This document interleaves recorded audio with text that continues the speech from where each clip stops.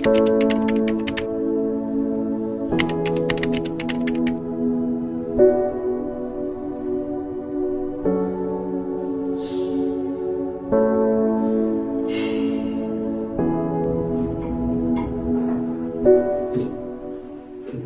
good morning. How are you today? Good morning, I'm fine. Can you tell me your name? I'm Yulakino. How old are you now? I'm 21. So can you tell us your experience being diagnosed with ADHD? Well, I was diagnosed when I was 10. And nung time na yon,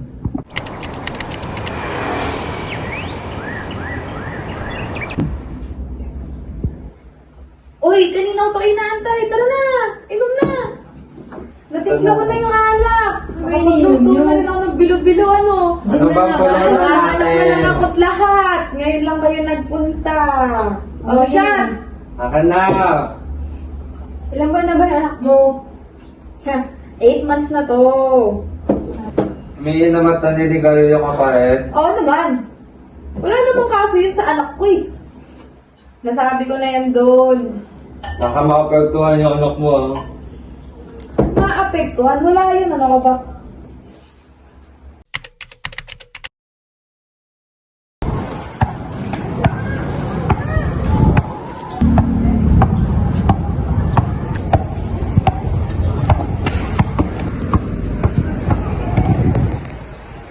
Uy, akin yan.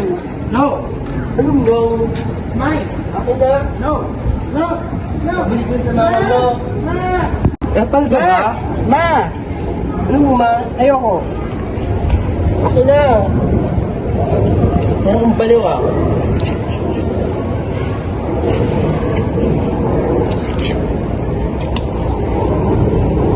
Akin na kasi to. No. Hindi naman sa'yo ito eh. Ayoko! Hindi pansin ka. Ayoko!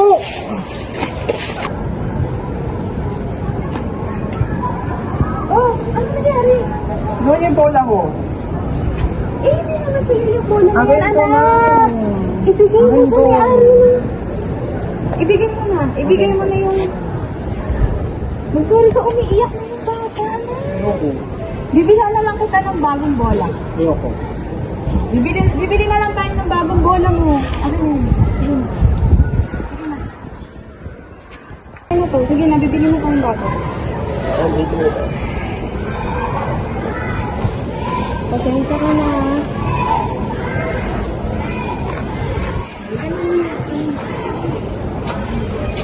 Bibili tayo ng maraming bola.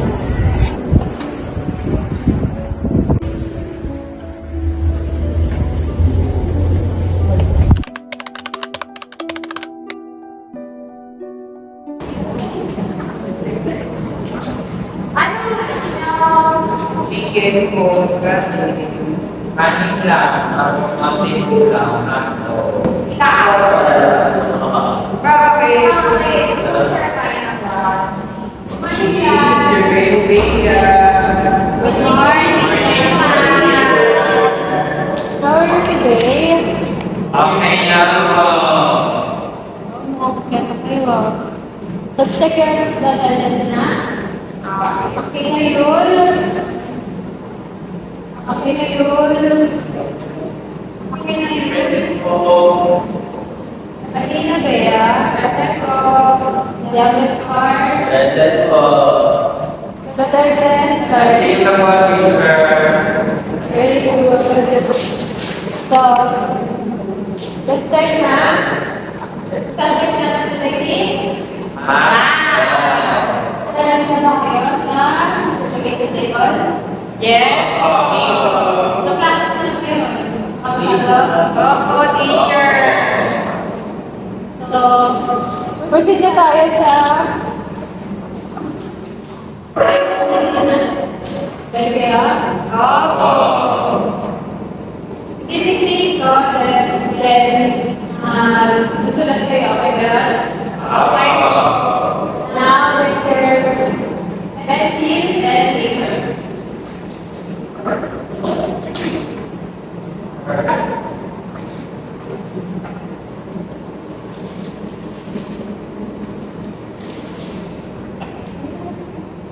Wala kang paper na. May may extra paper. Bigyan nito si Will.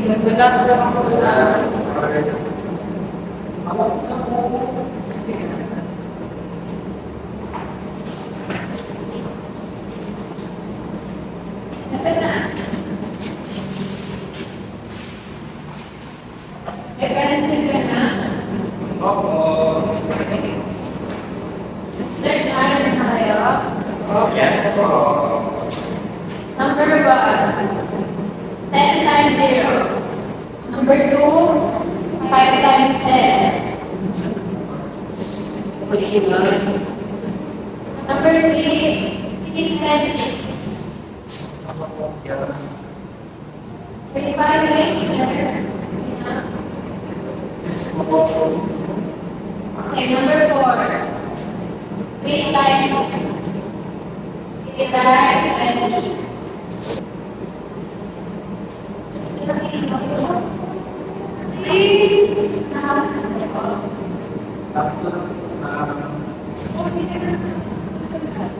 Susunod po, ma'am. Ilang po? The number na last, number 5, 11 times 0.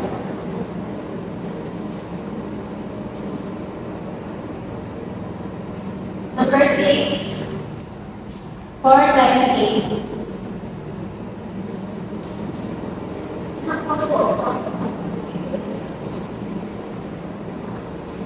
Number 7, 4 times 4. 3, 1. Number 8, 2 times 1. Nakasunod? So you will receive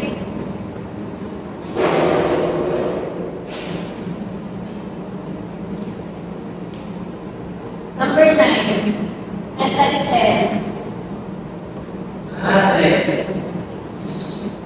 It's very complete. Last number, 11 times 9. 9. So, that's enough, and I guess. So, magtatay na rin. So, take care, break mo na. Then, proceed tayo sa cards. Sunday. Is that okay? Yes po. Okay.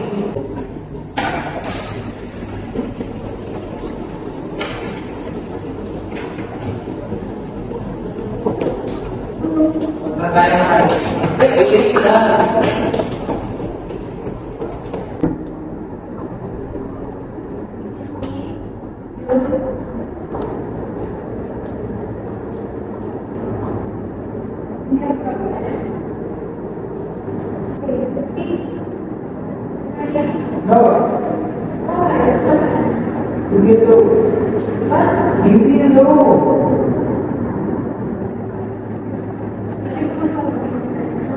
No! Don't call my parents. No. No. Joey. He's afraid.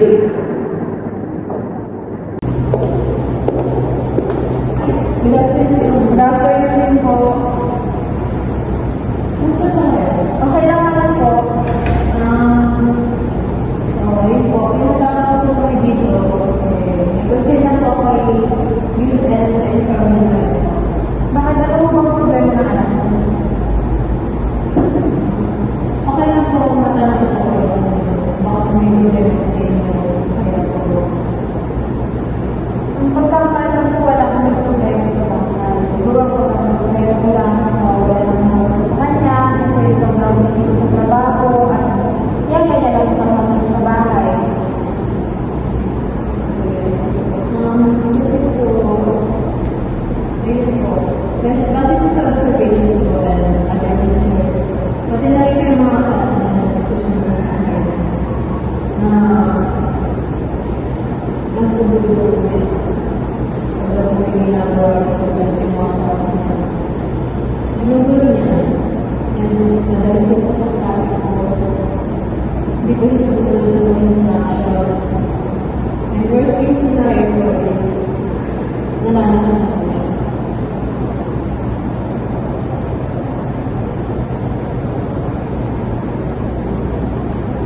Naku, pasensya na po kayo sa mga ginagawa ng anak ko. Talagang hindi alam kung bakit niya nagagawa dito sa klase. Hindi po, mas na natulungan ko. Tutulungan ko po kayo. Iitakas mo po sa Mr. Duterte po ang kanya sa sunod. Nakausapin ko po siya kung ano dapat na nagagawin as his teacher po and of course as their mom, as his mom. So, ayun po. Are you okay with that po? Free ko po within this week? Yes po, sige po. Pag-uusapan ko natin. Maraming salamat po sa video. Thank you po. Pasensya na po. Okay lang po.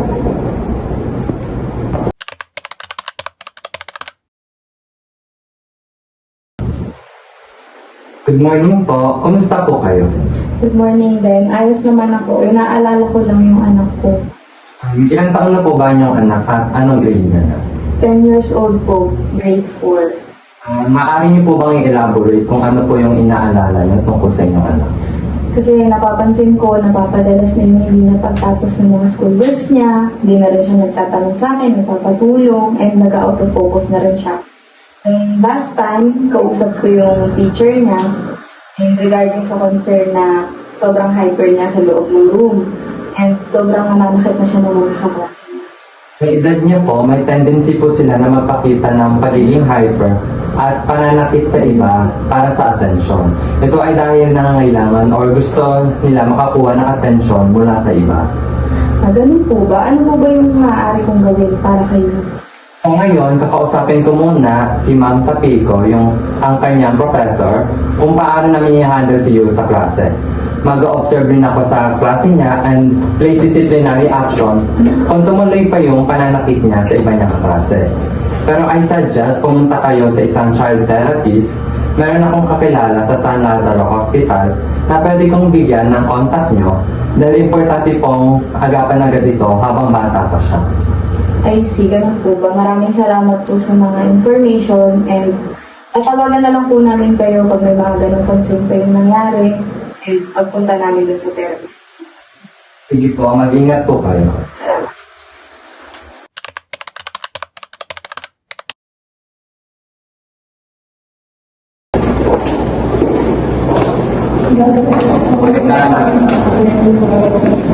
So, narito po tayo ngayon para pag-usapan po ang mga behavioral interventions na maaaring natin gawin para kayo.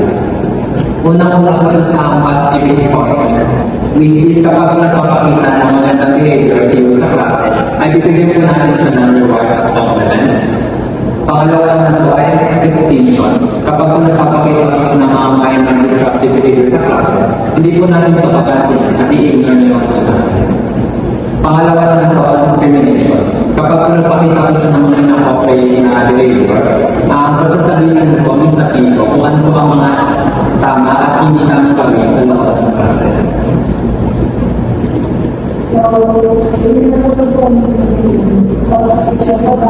Yes po. Ikaw po ang mag-administer ng mga ganito interventions at mag-observe sa progress po niyo. As ka lang po, sikat na rin yung bibigay ko sa kanila.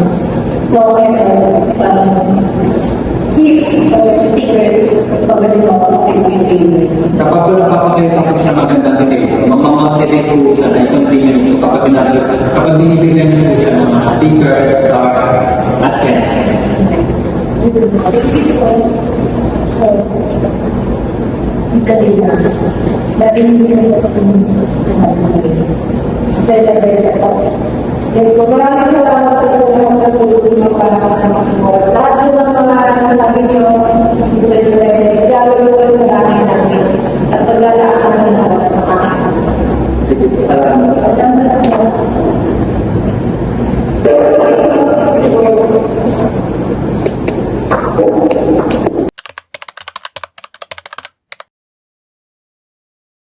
Stay with us now.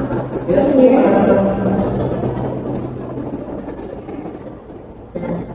Dahil tumingin ka sa basa and masagot ka, and you behave well, I will be your speaker. Good job po. Good job ka. Ulit mo pa sa mga sasya.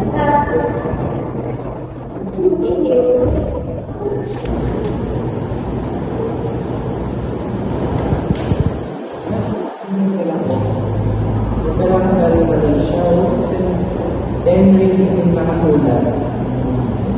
Ano ko nagpo? Ralph, ano ba? Okay. Ralph! Ralph! Ralph! Ralph! Ralph! Tingnan mo ang pera mo. Ralph! Maganda o, Ralph! Ralph!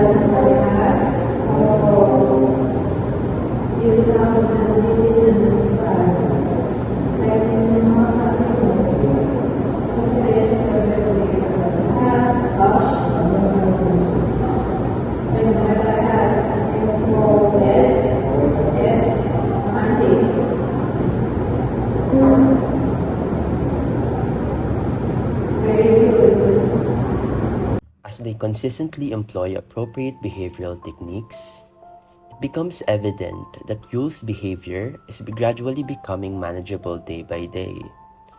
He can now concentrate better, he engages more attentively with his teacher, and actively participates in their classroom activities. Though his symptoms may still surface from time to time, but with the unwavering support of his mother, teacher, counselor, as well as peers, it shows that he is not alone in his journey.